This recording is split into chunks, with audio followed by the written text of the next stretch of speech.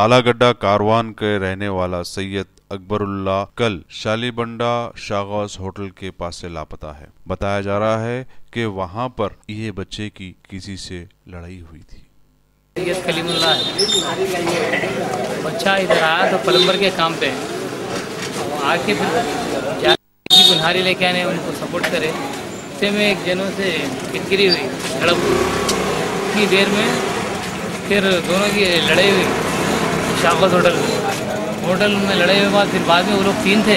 फिर बाद में फ़ोन करके वो लोग ही फ़ोन करेगा थे इन्फॉर्म मैंने था, मेरे को बाद में मालूम हुआ। फिर पकड़ के बीच में बिठा के लेके चले गए। किसको करे थे फ़ोन? वो लोग फ़ोन कर लिए गए थे। उन्होंने नहीं पहचानता मर रहा उन्हें। बाद में बोले तो 3 जने छे हम लोग बोल के 3 जनों के 2 जनों के कोई नंबर बोल रहा था फ़ोन के।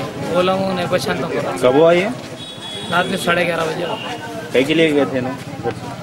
इन्हों नारी लेके आने के लिए गए थे बस्ती में। यहाँ पे लेके आए वो चलने नहीं आता। माजर है सलीम बोल के पान शॉप में काम करते हैं अलमास।